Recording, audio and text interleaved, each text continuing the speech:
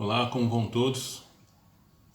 Mais uma vez estamos aqui na Escola Ministerial e nosso objetivo, como sempre temos dito, é trazer uma reflexão sobre avivamento e sobre a vida, né, de um seguidor de Jesus Cristo. Nós temos estudado, feito estudos baseados no livro Paixão pelas Almas, de Oswald Smith, e eu acredito que, espero eu, que tem contribuído com a sua vida cristã. Nós vamos iniciar a segunda parte do capítulo 3, Parto de Alma, e nós queremos aproveitar a oportunidade de pedir que você também possa dar um retorno daquilo que nós temos estudado. Vamos então iniciar. A gente agradece também isso, até porque a gente acaba entendendo o que a gente pode mudar e melhorar, ok? Nós vamos iniciar com um quadro, como vocês estão vendo, Parto de Alma, parte 2. Gravando. Diversos textos filosóficos, pensadores, têm discutido, têm feito reflexões a respeito de quem eu sou, o outro, enfim. Nós não queremos, de fato, trazer nenhuma reflexão filosófica, ainda que nós queiramos fazer uma reflexão teológica daquilo que a Bíblia ensina sobre nós e também sobre o outro. O nosso foco aqui é falarmos a respeito do parto de alma. Parto de alma nada mais, nada menos do que uma vida preocupada em servir a Deus e caminhando em direção ao outro. Quero só lembrar quando Jesus Cristo foi questionado sobre qual é o maior mandamento, e ele falou: amar a Deus acima de todas as coisas, o primeiro, e depois ele disse: o segundo, amar ao próximo como a ti mesmo. Então, baseado nessa reflexão de Jesus Cristo, é que nós estamos propondo esse tema. Quem eu sou e quem é o outro.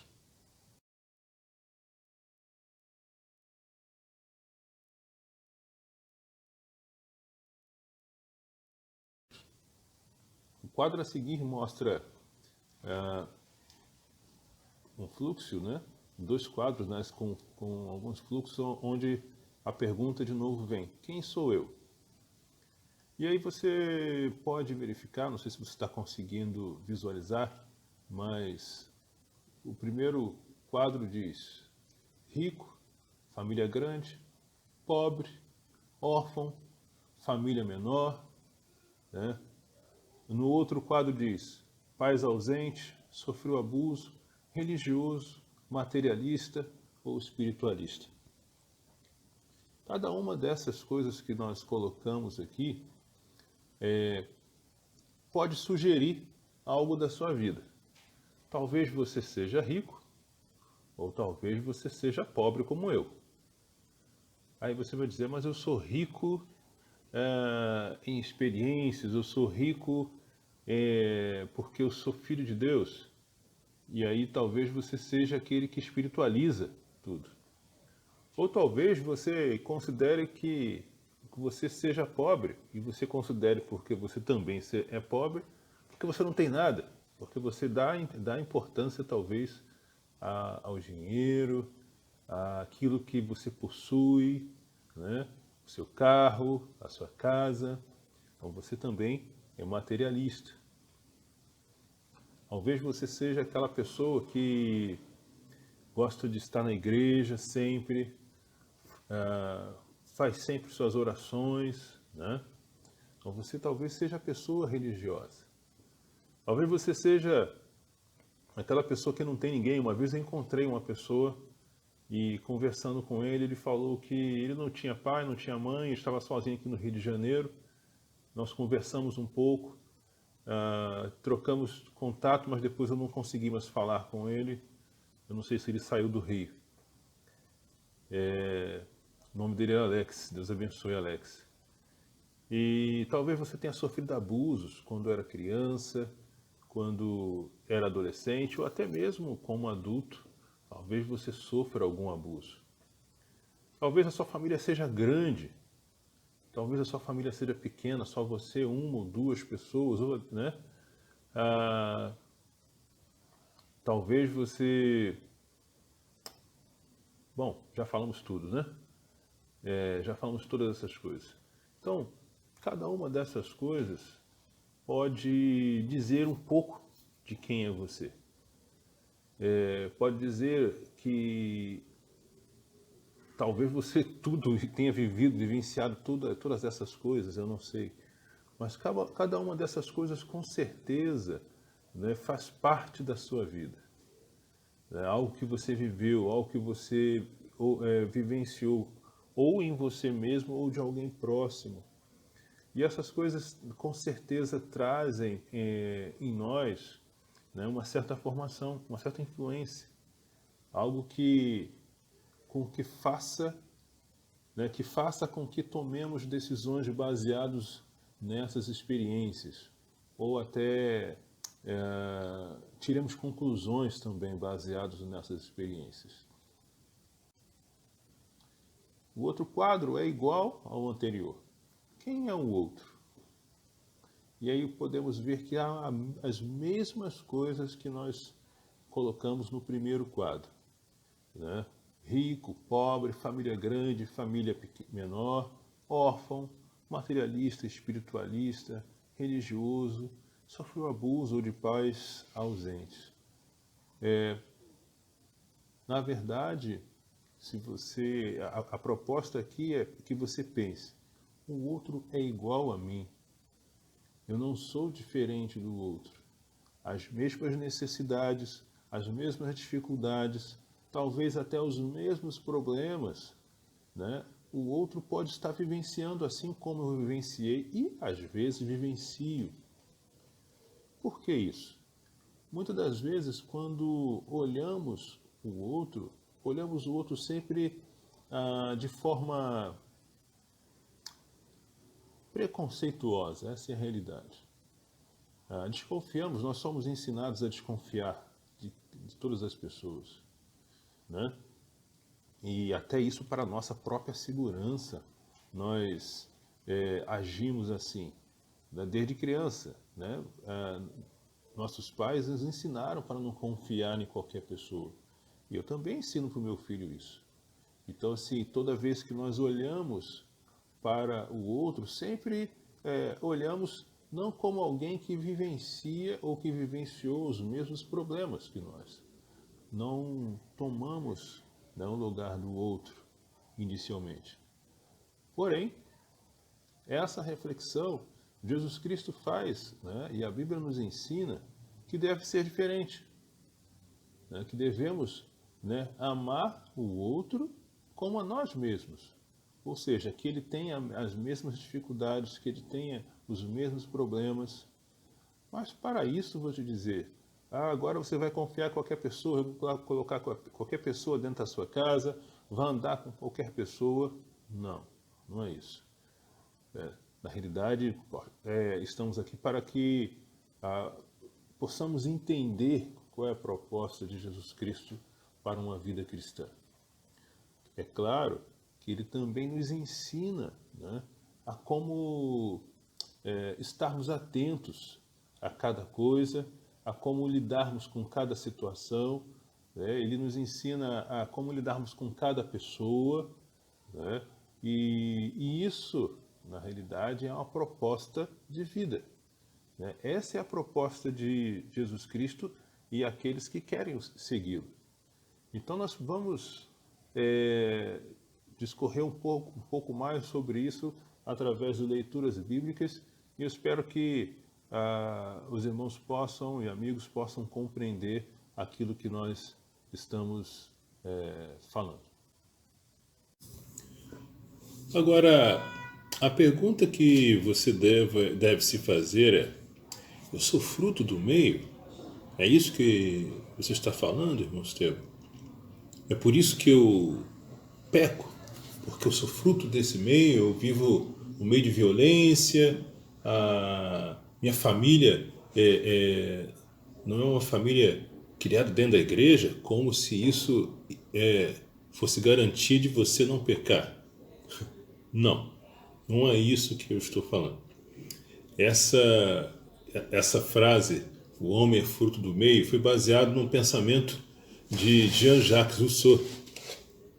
Lembra que nós, quando estudamos sobre John Wesley, nós falamos sobre os iluministas, e que era uma teoria, né, e como de pensamento, né, e aí como eles, como John Wesley teve que lutar também contra esse tipo de filosofia. Jean-Jacques Rousseau dizia o seguinte, deixa eu ver aqui, o homem nasce livre e por toda a parte encontra-se a ferros. Com isso, ele quer dizer que o homem possui a natureza boa e que é corrompida pelo processo civilizador. Quando você fala isso, o homem é fruto do meio, na realidade você está falando justamente, ou está defendendo justamente esse pensamento de Rousseau. Mas o que a Bíblia fala sobre justamente a nossa natureza, a natureza humana? Bom, quando você vê em Gálatas 5, versículo 19, 21, a Bíblia diz o seguinte, vamos ler. Quando seguem os desejos da natureza humana, os resultados são extremamente claros. Imoralidade sexual, impureza, sensualidade, idolatria, feitiçaria, hostilidade, discórdias, ciúmes, acessos de raiva, ambições egoístas, dissensões, divisões, invejas, bebedeiras, festanças desregradas e outros pecados semelhantes. Repito o que disse antes, quem pratica essas coisas não herdará o reino de Deus. É interessante porque normalmente as pessoas, tem uma outra forma que as pessoas falam, que é assim, eu sou bom porque eu não mato, eu não roubo, né? Não faço mal a ninguém, então por isso eu sou bom. E a Bíblia está mostrando que a nossa natureza ela é pecaminosa. E ela produz esses resultados, né? A imoralidade sexual, né? E as bebedeiras e acessos de raiva, as ambições egoístas, as divisões, as dissensões, a inveja, a mentira, está tudo dentro do mesmo pacote. Ora, se está tudo dentro do mesmo pacote, como eu posso, né, não me inserir no pacote do outro?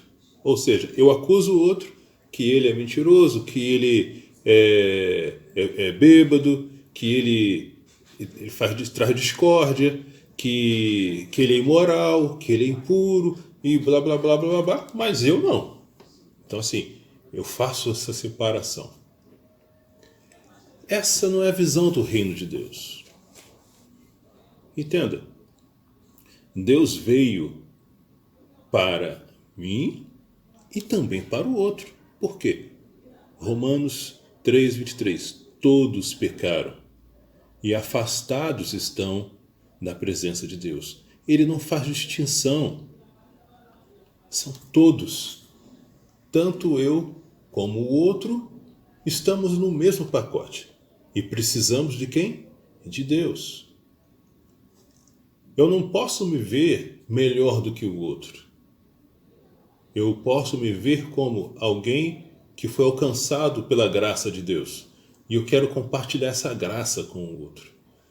Eu quero olhar para o outro e chegar e dizer assim, Gustavo, Deus te ama. E não olhar para o Gustavo, o Gustavo é um imoral, o Gustavo é um homossexual, o Gustavo é uma prostituta. Eu estou condenando a pessoa, né, sem, de fato, entender quem é a pessoa. Lembra aqui do quadro anterior? A pessoa, ela, de fato, ela tem diversas influências, mas isso só alimenta a sua natureza. Nós não podemos achar que sou melhor do que o outro, porque eu estou dentro da igreja. Eu sou igual ao outro, só que alcançado pela graça de Deus. E essa graça eu quero transmitir através da minha vida para o outro. Romanos 6,19 também diz o seguinte: falo isso em termos humanos por causa das suas limitações humanas. Assim, como vocês ofereçam os membros dos seus corpos em escravidão à impureza e à maldade, que leva à maldade, ofereçam-nos agora em escravidão à justiça, que leva à santidade. Eu vou repetir, que eu acho que não ficou muito claro. Falo isso em termos humanos por causa das suas limitações humanas. Assim como vocês ofereceram os membros dos seus corpos em escravidão à impureza e à maldade, que leva à maldade, ofereçam-nos agora em escravidão à justiça, que leva à santidade. Isso é o passo que começa a diferenciar entre você e o outro. As suas decisões. Você não se deixar influenciar pelas coisas à sua volta. É muito difícil, de fato.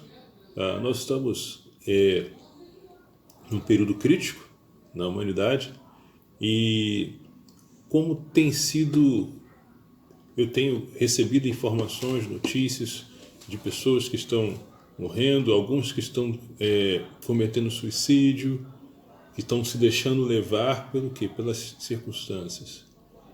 Outros ficam dentro de casa, egoístas, não saem, não falam com ninguém. Outros têm tido problemas alguns de bebedeira, né? Outros têm tido problema de falta de paciência, fica com raiva. Então você vê como cada pessoa tem reagido, né, de acordo com a sua natureza. E é nesse momento que nós precisamos nos dedicar àquilo que Deus nos propõe, a vida com Ele, a vida com Deus. Em Gálatas 5, 16, 17 também diz: por isso digo, deixem que o Espírito guie sua vida. Assim, não satisfarão os anseios da sua natureza humana. A natureza humana deseja fazer exatamente o oposto do que o Espírito quer. E o Espírito nos impele na direção contrária àquela desejada pela natureza humana. Essas duas forças se confrontam o tempo todo, de modo que vocês não têm liberdade de pôr em prática o que intentam fazer. Muitas das vezes nós temos a tendência a darmos algumas desculpas para deixar de fazer aquilo que nós devemos fazer. Isso é a natureza humana. Ninguém gosta de chamar a atenção, não é? Às vezes nós olhamos para o outro e achamos que o outro quer ser melhor do que eu. E aí o nosso orgulho faz com que até mesmo tenhamos atitudes, né, de confronto. Muitas as vezes Nós somos pessoas egoístas que não gostamos de falar com os outros, não gostamos de nos expor com os outros. Nós somos muitas vezes egoístas. As pessoas costumam dizer, é porque eu sou tímido, né? Bom, a timidez é uma forma de egoísmo, porque você, para se proteger, você não quer se expor. E eu digo por quê? Porque se você precisa lutar contra a timidez, você precisa sair da sua posição acomodada com essa situação, não é? Você vai precisar lutar com isso. Você vai precisar buscar ajuda em relação a isso. E para isso você vai ter que desprender-se de si mesmo. Essa é a realidade. Se você muitas das vezes precisa de ajuda psicológica, procura. Precisa de aconselhamento, procure. Mas não podemos, né, como discípulos de Jesus Cristo, seguidores de Jesus Cristo, não podemos deixar as coisas nos dominarem. Não significa que elas não sejam reais, né? Elas são reais, mas não podem nos dominar. E vou lhe dizer, muitas das vezes não é fácil, e nunca Jesus Cristo disse que é fácil. Ele disse para nós termos bom ânimo. Ele disse que teríamos aflições e termos bom ânimo porque Ele venceu. E nós podemos vencer também. Então, nós podemos dar um passo a mais, né? Lembra? Você quer reavivamento? Nós temos orado por reavivamento. Começa a orar por reavivamento na sua própria vida. Começa a orar por reavivamento, né, dentro da sua casa, dos amigos próximos, os seus vizinhos, pessoas que você quer compartilhar a fé. Esses dias, aqui no meu prédio, morreu, né, um pai de uma vizinha, e eu conhecia também, e nós temos um grupo no condomínio, que é um grupo do WhatsApp, muita gente tem, e ela expressou a sua tristeza tamanha, até porque alguém postou uma coisa em relação da Covid-19 e até era uma notícia fake, e ela postou muito contrariada, magoada, e eu dou graças a Deus porque Deus me usou naquele momento. Deus me deu uma inspiração de falar com ela, de trazer uma mensagem, de falar a verdade sobre as notícias e dizer a ela que nós aqui em casa estávamos orando por ela. Logo depois ela mandou uma mensagem muito grata. Ela mandou e depois o marido dela mandou também, agradecendo a mensagem que nós demos a ele e aquilo que eles estavam precisando naquele momento. Ora, é claro que Deus usou aquilo que eu tinha aprendido, mas se eu não me dispusesse, né, a me colocar no lugar do outro, no lugar deles, aquilo que eles estavam sofrendo, né, de maneira nenhuma eu conseguiria expressar uma palavra de gratidão, de amor e de carinho para eles. Eu poderia muito bem, olha, estou orando por vocês, os meus sentimentos, mas não, eu sofri, eu entendi o sofrimento que eles estavam vivendo naquele momento. Então, o reavivamento começa com você e comigo. Uma coisa precisa ficar bem clara dentro de nós. Você precisa crer nisso. Você precisa ter fé nesse evangelho. Porque ele é o poder de Deus para a salvação de todos aqueles que creem. Você não está mais preso pelo pecado, pelo aquilo que te dificultava a agir e a fazer. É claro, as coisas são reais e precisamos lutar contra elas, colocando nossas vidas diante de Deus a cada dia. É por isso da oração. Romanos 7, versículos 5 e 6 diz o seguinte: quando éramos controlados pela natureza humana, desejos pecaminosos, atuavam dentro de nós, e a lei despertava esses desejos maus, que produziam uma colheita de obras pecaminosas cujo resultado era a morte. Agora, porém, fomos libertos da lei, pois morremos para ela e já não estamos presos a seu poder. Podemos servir a Deus não da maneira antiga, obedecendo a letra da lei, mas da maneira nova, vivendo no Espírito. Viver no Espírito e viver na lei são duas coisas diferentes.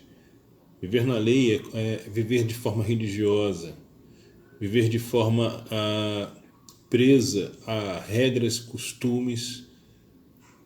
E viver pelo Espírito é viver numa liberdade onde você precisa estar diante de Deus confessando as suas fraquezas, pedindo ajuda das suas fraquezas e deixando que o Espírito de Deus controle sua vida, sendo guiado pelo Espírito. Na próxima aula, nós estaremos falando sobre ser guiados pelo Espírito. Mas você precisa exercitar isso através da oração.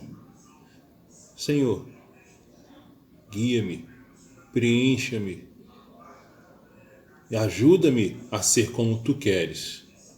Essa deve ser a oração que devemos fazer todos os dias. Que Deus abençoe, fique na paz de Cristo.